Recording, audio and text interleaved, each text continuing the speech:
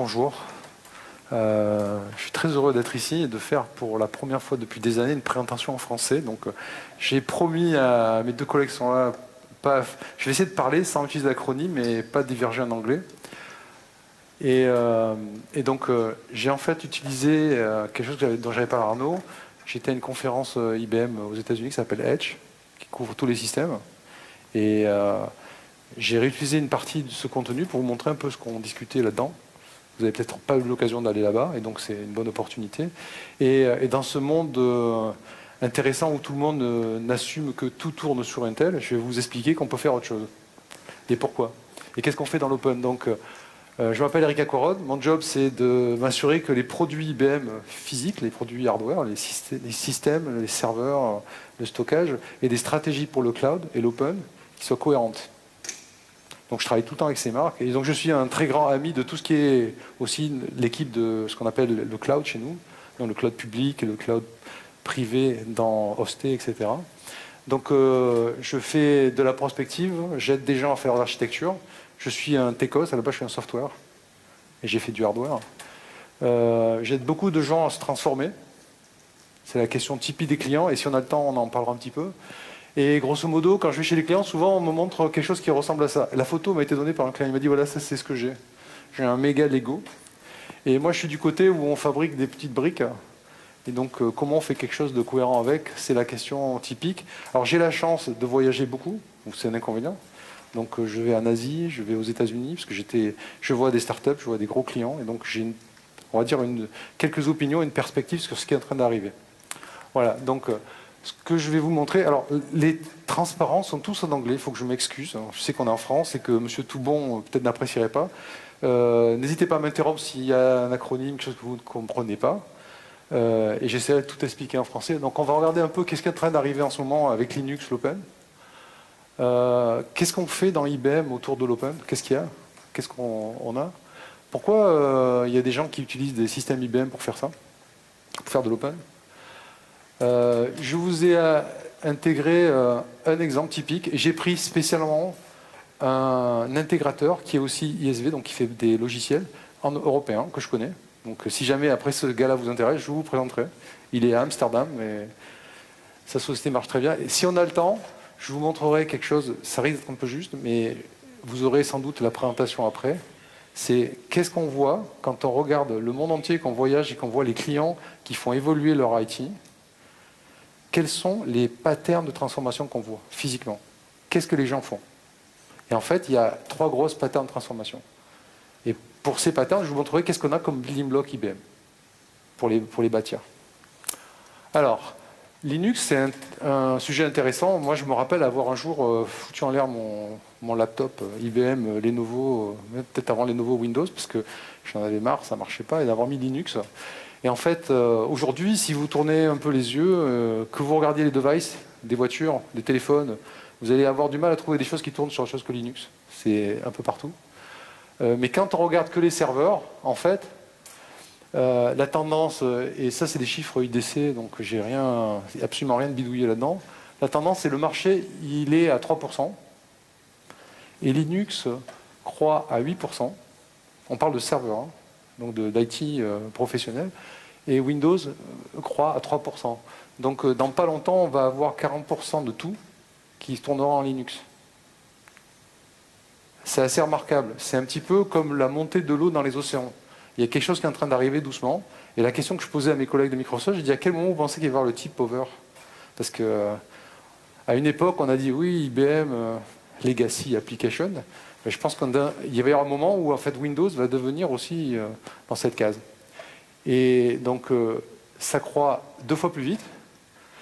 À la base, ça croît parce que les gens font du data avec. C'est tous des gens qui ont commencé à s'en servir, ils ont fait beaucoup d'analytiques. Vous avez entendu parler de Hadoop, je ne sais pas s'il y a des gens qui font de l'analytique, Hadoop, ça vous parle? Spark, tout ça c'est à la base de ça. Donc le data, c'est ce qui a drivé la croissance de Linux. Dans le data management, mais en conséquence de ça, il y a tout l'IT technique derrière qui a grossi en Linux. Et la chose intéressante à voir, c'est ça. Alors, on ne voit pas très bien, on ne voit pas du tout d'ailleurs, la couleur est pourrie. Donc il y a des barres grises là, qui montent assez là. Ce qui est intéressant quand on regarde qui fait du Linux, en fait, les gens qui sont des providers croissent en Linux beaucoup plus vite que les sociétés avec leur IT interne, ou les sociétés qui les servent pour faire leur IT interne. Et ça, c'est une particularité intéressante. Donc, la croissance Linux, elle est chez les providers, ça va très vite. Alors, regardez, Google, tous, ils tournent tous sur des versions Linux. Par contre, on-premise, chez les clients, ça va beaucoup plus lentement. Et regardez où se passent les Hadoop, le Weather Channel, tout ça, toutes les données sont dans le web. Donc, c'est sur des clouds, et donc c'est là qu'on calcule. Mais n'empêche que les gens s'y mettent.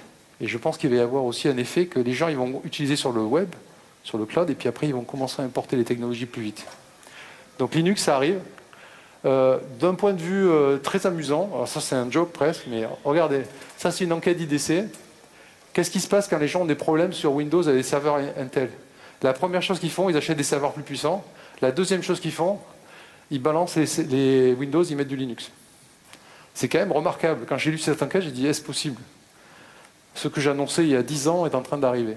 Donc c'est la vérité. Et en fait, tout ça, en fait, si vous regardez notre société, c'est une opportunité pour nous. Pourquoi?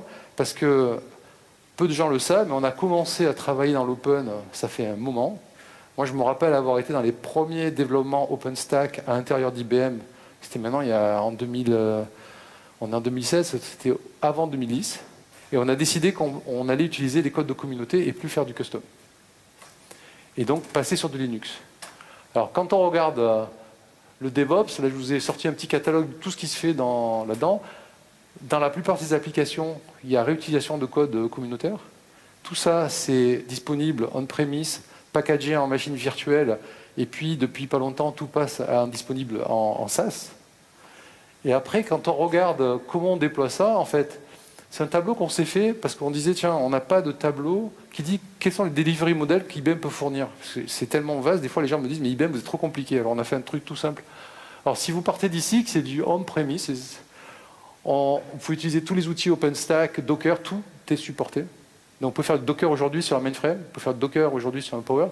Donc vous avez tous les distros qui sont supportés. Ça, c'est les officiels. Il y a CentOS et tout ça. En France, le gouvernement utilise CentOS sur Power. Je ne peux pas vous dire quel service est le gouvernement, mais je vous garantis, ça se passe. Donc nous, on a deux plateformes, Power et System Z, qui sont deux types de systèmes différents. Ensuite, il y a des gens qui veulent avoir de l'OpenStack, donc du Cloud Foundry, Docker, etc. Mais ils veulent que l'outil soit managé par un service, en service, mais ce soit chez eux. Donc il y a un offering qui fait ça s'appelle Bluebox. Ça peut aussi fonctionner avec du Power. Après, sur le cloud IBM qui s'appelle SoftLayer, c'est-à-dire pas chez vous, vous pouvez avoir du Bluebox et de l'OpenStack. Si vous voulez un environnement de développement, il y a Bluemix qui contient Watson et plein d'autres choses. Qui a déjà utilisé Bluemix dans la salle?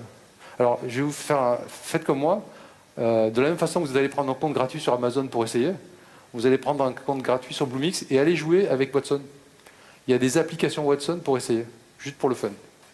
Ou si vous êtes capable, vous changez une VM, hein, ça marche. Et puis, dans la partie cloud public et en libre accès, sans avoir de management de Bluebox, vous avez Bluemix, vous avez SoftLayer, et puis dans SoftLayer, depuis cette année, on a des machines Power. C'est-à-dire qu'on a déployé chez nous, en fait, les machines Power comme Google le fait. Et je reviendrai sur Google plus tard. Voilà. Et en fait, je vous ai fait une petite collection de tout ce qui tourne au moins récemment, donc ça n'a pas plus de 6 mois, ça, sur le Z, c'est-à-dire ce qu'on appelait avant les mainframes, là, il y en avait dans les photos, dans les vidéos. Tout ça, ça tourne dessus. Donc vous avez tous les distros et tout. Et tous les environnements de développement. J'espère que Triptych sera aussi disponible dessus, parce que c'est un bon outil, après tout. Si vous regardez sur... il y a une machine... maintenant, il y a tellement de clients qui achètent des mainframes pour faire que de Linux, qu'on a une machine qui fait que du Linux en mainframe, ça s'appelle Linux One. Il y a tout ça. Il y a vraiment de quoi faire. Donc, grosso modo, petit à petit, tout ce qui est disponible, soit c'est supporté par défaut, parce qu'il n'y a pas de problème avec le type de la machine, dont les binaires et les outils open, ou alors on fait les adaptations et on les publie dans les communautés. Donc on a beaucoup de gens qui font ça. On fait du blockchain aussi. Ça vous dit quelque chose, blockchain? Tout le monde en parle. Alors je vous ai mis ce diapo parce que c'est tout frais. En fait, si vous voulez regarder du blockchain, vous allez voir la communauté Hyperledger. C'est là où se fait tout le code open. Comme ça vous permettra de comprendre ce que c'est blockchain. Ne confondez pas blockchain avec Bitcoin, hein. Bitcoin, c'est une utilisation de blockchain. Et en fait, on a des bêtas qui démarrent pour le blockchain, pour jouer avec sur des machines Intel sur le cloud. Et les banques sont là, avec les gens qui font la santé publique, parce qu'ils veulent du blockchain qui tourne, donc des chaînes de blocs dans des conteneurs cryptés, de façon à ce que personne ne puisse voir qu'il y a dedans, même un administrateur. Et donc ça tourne sur du mainframe, parce que le mainframe, c'est la seule boîte qui sait faire ça, qui sait faire des hashcodes et tout crypter en live. Physiquement, la boîte sait le faire, donc c'est là. Et ça, il y a des gens qui sont en train de faire des projets en ce moment dessus. Toutes les banques, aux États-Unis, les institutions médicales commencent à s'y mettre pour les records, etc. L'aéronautique s'y met pour le suivi des pièces. Et tout ça, c'est du code open. Donc c'est juste pour tuer un mythe dans le style, on n'a que des trucs custom à IBM. Dans Power, c'est une machine c'est un type de processeur qui est utilisé par Google et qui est très très bien fait pour tout ce qui est data et tout ce qui est de calcul. Et on a beaucoup de choses. Vous connaissez probablement SAP, donc SAP HANA, qui est la database en mémoire de SAP. Qui utilise SAP HANA ici? Il n'y en a pas? Donc SAP HANA, il y en a deux, donc ça commence à arriver chez vous. SAP HANA, l'année dernière, SAP, sur demande des clients, l'a mis sur Power. Donc ils ont simplement autorisé qu'on le compile et qu'on le livre dessus. Et l'avantage de cette machine, c'est que ça peut scaler très gros. Alors, qui a vu la présentation de Nutanix ce matin? Quelques-uns. Donc, je vous expliquerai un peu le scale-up et le scale-out différemment après. Ça vous donnera un petit avis différent. Donc, il y a tout. Et il y a une chose particulière aussi. Il y a quelques années, Google est venu nous voir en nous disant ben, vous avez une bonne puce. Nous, on n'achète que des puces, on n'achète pas des machines. On voudrait l'utiliser parce qu'elle consomme moins, elle calcule plus vite par rapport à des puces Intel. Donc, IBM a accepté de ne plus faire des puces IBM et de donner des licences, comme ARM. Vous connaissez les puces ARM qu'il y a dans les téléphones? ARM, c'est une société qui vend des licences. Donc aujourd'hui, il y a une fondation qui s'appelle Open Power, ou une organisation ouverte. Il y a des tas de gens qui en font partie, 250 je crois, et ces gens-là, ils font des puces customisées à base de Power. Parce que la puce a des caractéristiques qui la différencient des puces Intel. Toi, je vous dis, je viens ici pour expliquer, il n'y a pas qu'Intel dans la vie. Et donc, ça veut dire qu'aujourd'hui, quand vous dites à une machine IBM Power, en fait, vous pouvez trouver où est-ce qu'ils sont. Il y a des fabricants. Voilà, par exemple, vous pouvez acheter des machines Power. Il y a aussi Supermicro qui en fait maintenant. Il y a tous ces gens, ils font des machines à base de puces Open Power. Donc, ils se customisent une puce Open Power. Les Chinois ont une distro Linux unique. Et dans le gouvernement, ils ont des plateformes qui s'appellent des PC1. Et c'est une machine Open Power avec une cryptographie chinoise. Parce qu'ils ne voulaient pas la cryptographie made in America. Enfin, made in an American company. Donc, il y a un écosystème qui grossit de gens qui sont en train d'utiliser ces machines. Donc, Rackspace, vous connaissez. Google, vous connaissez. Ce sont des gens qui font faire des machines par des providers, ça s'appelle des ODM, des gens qui fabriquent des machines pour des providers. Et ces gens-là, ils achètent ces machines. Donc, aujourd'hui, il y a des machines Open Power en mode Open Rack Format, Open Compute. Donc, je pourrais presque pousser l'extrême en disant ben, nos copains d'Azure et d'Amazon, ils pourraient très bien aujourd'hui prendre des racks standards de modèle Rackspace, Open Compute, et mettre du Power dans leur cloud, comme Google, puisque c'est du standard. Et c'est les mêmes machines qui vont dans le système. Alors, je voulais vous expliquer un truc. Bon, il y a des gens que j'ai rencontrés qui m'ont parlé de S400. Qui s'y connaît S400? Ah, voilà. Donc, la différence, et je pense c'est que vous comprenez pourquoi on peut faire tout ce que je vous ai dit. Parce que je pense qu'au début, vous avez dit, mais ils ont tout recompilé, ils ont tout refait. En fait, Google, quand ils sont venus voir IBM, ils ont un peu forcé la main pour qu'on fasse la Open Power, donc des puces différentes. La différence, c'est que avant, les puces, elles faisaient ça comme adressage. C'est comme ça que c'est écrit dans la mémoire. Et quand on voulait faire tourner un software sur une machine IBM, il fallait un Linux, sur Linux, il y a un Linux spécial, et il fallait recompiler l'application, et tous les drivers qui utilisaient l'accès à mémoire, il fallait vérifier les accès mémoire, tous. Et donc la demande de Google, c'était, vous nous faites une puce qui fait les deux. Hardware. De façon à ce qu'on puisse avoir sur la même machine, ou la faire fonctionner en mode IBM, ou la faire fonctionner en mode Intel, on va dire au point de vue adressage. Et c'est ça la différence avec les vieilles machines qu'on avait, enfin les AS400 qu'il y a eu il y a quelques années, et les machines actuelles. elles sont bi-format KPE. Donc on peut tourner très facilement une application, ce que j'ai demandé à nos amis de Triptyque, faites un essai sur Power, ça devrait tourner. Et ça veut dire que quand, oula, c'est détruit à mort par le projecteur, tout ce qui est interprété, ça passe directement. Tout ce qui est compilé, ça se recompile. Il n'y a pas trop de difficultés parce que autant en mode IBM, il faut vérifier. Là, en général, tout passe du premier coup. Et donc, c'est ce qui permet aux gens qui sont dans la fondation en fait, d'utiliser des machines Power. Et donc, vous trouvez des machines Power qui ne s'appellent pas IBM, qui s'appellent Tian. Vous pourrez trouver ça sur Internet sans aucun souci.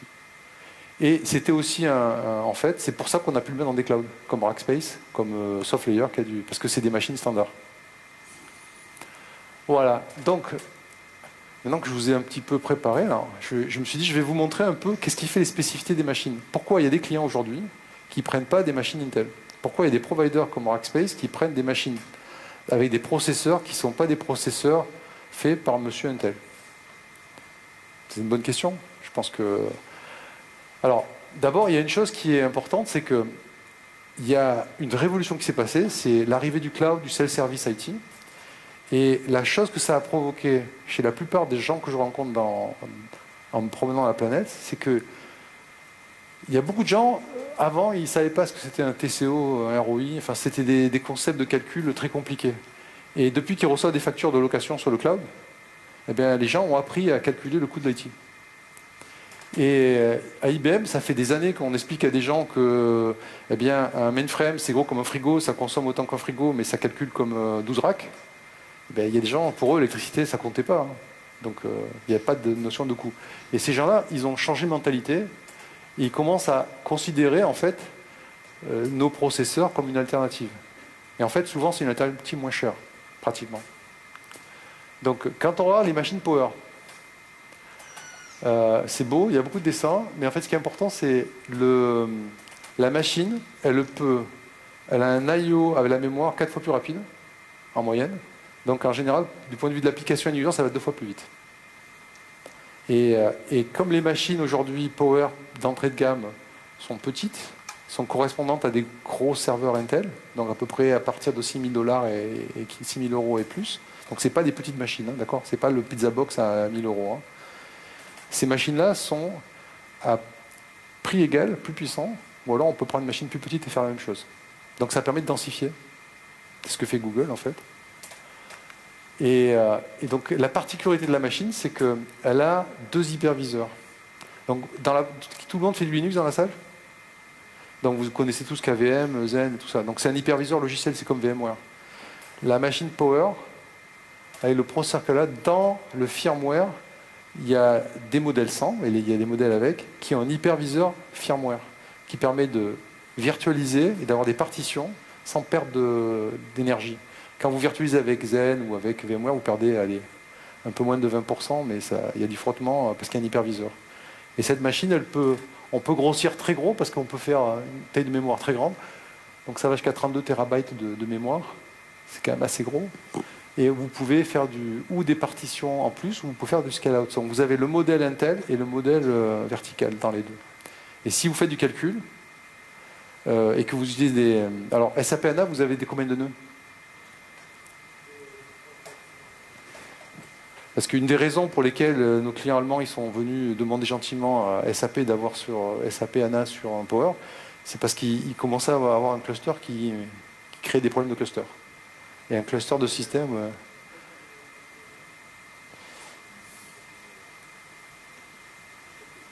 Voilà, c'est encore un petit truc avec 4 machines. Mais en fait, quand on grossit, après on grossit le cluster et ça crée des problèmes. Donc ça, c'est une caractéristique de la machine. Et c'est la seule machine qui fait ça sur le marché. C'est le seul processeur qui permet de faire ça. Donc ça, c'est une raison. Et il y a le coût. Basique. Alors, je vous ai pris une photo. C'est un exemple avec Ubuntu et de l'Altera. Et on peut remplacer un rack entier par 2 boîtiers. Ça, il y a des clients qui nous disent que c'est intéressant au niveau de prix, au niveau de la consommation électrique, au niveau de l'espace, au niveau de la clim, de plein de choses. Et ça, c'est des clients qui, peut-être avant, ne regardaient pas ça parce que ils n'avaient jamais regardé quel était le prix de la clim, de l'élec, du mètre carré, des choses comme ça. Et ça, c'est venu du cloud. Donc ça, c'est un exemple très... Si vous voulez des exemples comme ça, j'en ai des tas, on peut les trouver, il n'y a aucun problème. Il y a peut-être même des exemples qui correspondent à ce que vous faites. C'est disponible. Bon, je vais passer là-dessus. Donc juste pour vous dire, donc il y a des petites machines Power qui sont là. Donc ça, c'est des petits serveurs. Ceux-là, ils sont dans SoftLayer. Donc vous pouvez aujourd'hui aller sur SoftLayer pour une machine d'essai, jouer avec un Power SoftLayer. Comme vous pouvez faire ça avec une boîte sur Amazon. Et puis après, quand on grossit, on a des machines qui sont capables de devenir plus grosses en fait. Alors je m'assurerai que vous ayez la présentation, parce que j'ai mis des exemples dedans, que vous puissiez les compulser. Après, donc c'est des exemples de déploiement, et celui-là est intéressant, parce que quand vous regardez votre chaîne de DevOps, et si vous pensez que vous dites, oui, tiens, moi j'ai des cas où ça vaut le coup d'avoir du Power. En fait, il faut comprendre que les outils standards les outils open permettent de gérer le déploiement vers plusieurs plateformes. Donc vous pouvez écrire du code, utiliser GitHub, etc., faire des builds pour plusieurs plateformes et ensuite déployer à la demande. En fait, j'ai pris une charte qui était beaucoup compliquée parce que là, en fait, il y avait aussi du mainframe. Il y a des gens qui font ça. Donc ça permet de déployer sur des plateformes en fonction des besoins, en fonction des applicatifs. Et je me suis aperçu qu'il y avait beaucoup de gens qui développaient et qui ne savaient pas que les outils standard open sont capables de déployer des binaires sur plusieurs types de machines. Qui le savait dans la salle? Il y en a un. Ah, c'est bien. Donc les autres ont appris quelque chose. Non, mais c'est important à savoir. Parce que quelqu'un m'a dit, mais tu es fou, ça veut dire que j'ai 2 environnements de développement, un pour Intel et un pour Power. Vous êtes fou chez IBM. Mais en fait, non, les outils open ont été conçus pour ça. Parce qu'ils pensaient mobile, ils pensaient ARM et autres puces. Je vous ai mis l'exemple de SAP HANA. Donc, pour que vous voyez ce que c'est, donc un HANA, ça tourne sur un Red Hat, bientôt sur un SUSE. Il y a le file system standard. Il y a de la haute dispo. Et puis, il y a une application qui est la database en mémoire de SAP. SAP HANA, c'est la database en mémoire, donc en colonne de SAP, qui est donc beaucoup plus rapide. Et cette application, c'est un exemple typique où là, ça va beaucoup plus vite sur du Power que sur Intel et ça scale mieux. Alors scale, je ne connais pas le terme français là. Ouais, l'échelle. Donc le commentaire que m'ont fait certains clients. Alors je cite un commentaire d'un client allemand, donc dont le nom commence par B et qui fait ce qui va dans 2 voitures et qui a été mis en cause parce que ça a truqué un petit peu le bignou dans les Volkswagen. Vous trouverez vous-même le nom. C'est que son ANA sur le cluster, au bout d'un moment, il commence à tousser, tandis que sur Machine Power, ben, il disait ça hum, c'est-à-dire ça charge et c'est linéaire. Voilà. Après, quand on regarde le mainframe, alors je vous ai mené une histoire dessous. Alors évidemment, peut-être que c'est des échelles qui vont vous surprendre, mais il faut que vous sachiez qu'il y a des providers qui font du Linux en tant que user dans des pays qui vous paraîtront comme des pays exotiques, comme l'Argentine par exemple, qui utilisent du mainframe sur Linux pour fournir des plateformes Ubuntu, parce que simplement, c'est moins cher de se fabriquer un cloud privé avec un mainframe tout Linux pour fournir de l'utilisation Linux, que de se le louer ou que de se fabriquer avec de l'Intel. Surprenant, n'est-ce pas? Et ça, c'est du calcul fait et vérifié par des clients. Et en plus, ça prend moins de place. C'est le truc qui est assez amusant là-dedans, c'est que ça prend moins de place. Là, c'est un exemple pour faire du WebCR, du GV2. Mais moi, je connais un exemple d'administration qui fournit des services Linux. Et ils ont fait ça comme ça. Et donc, nos nouveaux clients de mainframe ne sont plus les clients. Vous avez tous entendu parler de Kix, des choses comme ça, tout ce qui fait tourner les cartes bancaires, etc. Ça existe toujours. Mais nos nouveaux clients, ils prennent du mainframe pour faire de Linux. Et les gens qui font du Kix, je vous montrerai ce qu'ils font après, dans le scénario de transformation, et je vous montrerai un exemple de client. Et le mainframe, il a la même caractéristique d'avoir un hyperviseur dans la machine, en hardware, enfin en firmware. Dans ce cas-là, c'est ZVM pour faire du Linux. Et on peut mettre dessus du KVM et faire de la virtualisation dans le Linux, pareil. Alors la différence entre les 2 plateformes, c'est que le Z, il est très très bon en transaction. Il a des I/O incroyables. C'est pour ça que toutes vos transactions bancaires, toutes sans aucune exception, tout passe sur un mainframe. Et avec du Kix. Il n'y a pas d'exception. Parce que c'est la seule machine qui sait faire ça. Il est aussi très fort en crypto. Parce que tout est crypté. Et c'est pour ça que les banques qui sont en train d'implémenter blockchain utilisent le mainframe, parce que ça veut dire que la machine étant très puissante en crypto, permet de faire les hashcodes et de crypter les blocs et de crypter le container pendant qu'il est calculé, pendant qu'il sert, à la fois. C'est une caractéristique unique. Alors que Power, vous avez vu, il y a beaucoup de mémoire, c'est très bon pour la data intensif. La technologie a changé avec le forum Open Power. Maintenant, il y a des GPU attachés à la machine, donc il faut du code spécialisé, mais c'est disponible. On peut mettre jusqu'à 2 GPU sur les types LLC, là. Et il y a un bus qui s'appelle CAPI qui donne accès directement à un disque. Donc si vous mettez un disque flash attaché avec ce bus, vous ne passez pas par le PCI et vous pouvez avoir une extension de mémoire. Donc là, vous mettez des terabytes et des terabytes en mode semi-mémoire. Ensuite, on fait du stockage. Alors, ce matin, dans la présentation de Nutanix, il a dit quand on fait du stockage, on est obligé de faire du scale-up. Vous vous rappelez? En fait, quand on fait du stockage, alors on a une gamme de produits. Quand vous vous mettez à virtualiser le stockage, en fait, vous vous en foutez, parce que le stockage étant virtualisé, vous pouvez rajouter des baies de la marque que vous voulez, puisque c'est compatible avec toutes les marques, et vous allez augmenter votre stockage. C'est comme ça que les gens migrent. Ils virtualisent le stockage, et puis quand une baie est vieille et qu'ils pensent qu'il y a des risques de panne, ils y mettent une baie nouvelle, et ils font des migrations automatiques, en utilisant des fonctions de... Alors ça s'appelle du tiering, mais de dire, voilà, ça va plutôt là, etc. Et donc automatiquement, ça passe d'une baie à l'autre. Donc on n'est pas obligé de faire du scale-up et de rester à la même technologie quand on a du stockage.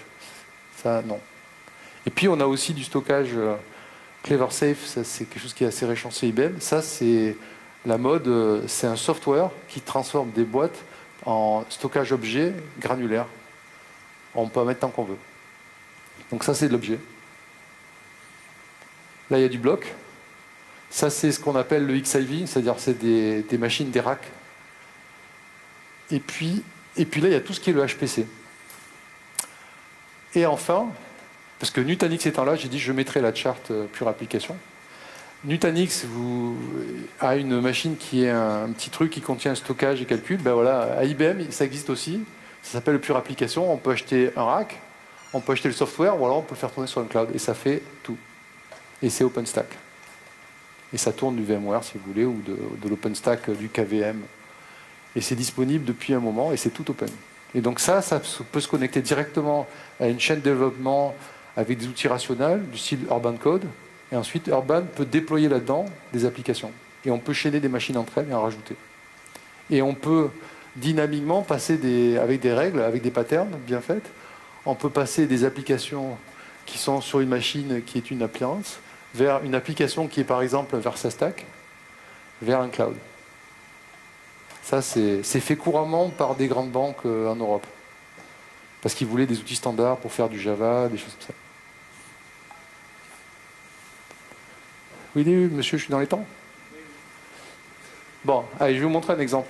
Donc, je suis prêt à vous faire rencontrer ces charmants gens, ces charmantes personnes en Hollande, qui font du Linux sur mainframe et qui, grosso modo, ils démontent des gens qui font du Linux sur Intel, ils mettent du mainframe à la place. Alors, je vais vous montrer ce qu'ils font. Donc, ils font plein de choses, de la sécurité, etc. Ils ont une particularité spéciale, c'est que ces gens-là, ils sont à la fois compétents en Linux et en mainframe traditionnel. Donc ça, c'est assez unique. Leur théorie, c'est les données, c'est sacré, et c'est dans une boîte où personne n'a accès.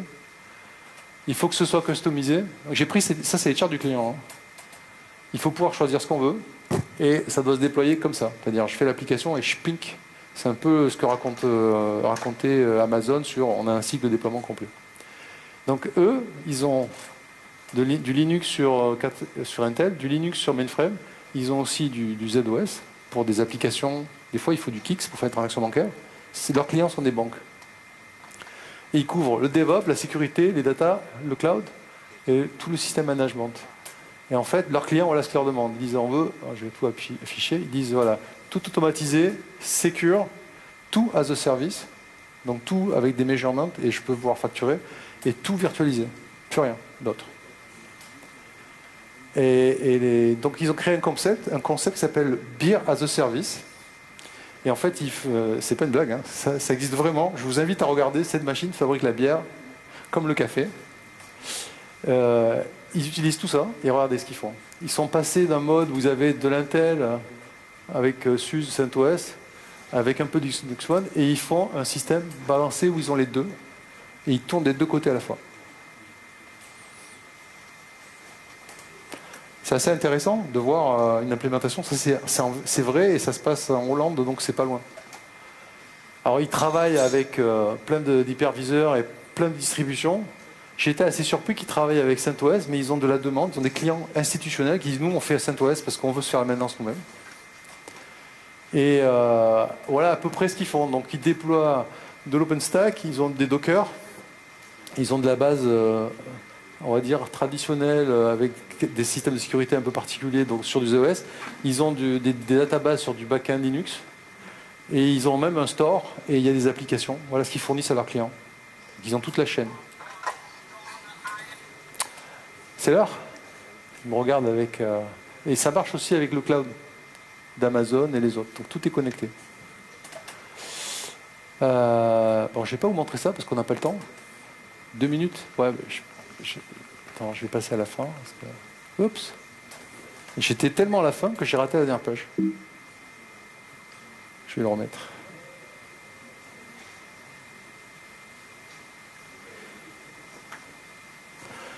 Alors je vous invite à faire quelque chose, c'est regardez cette adresse, c'est facile de s'en rappeler, ibmgo.com, Edge 2016.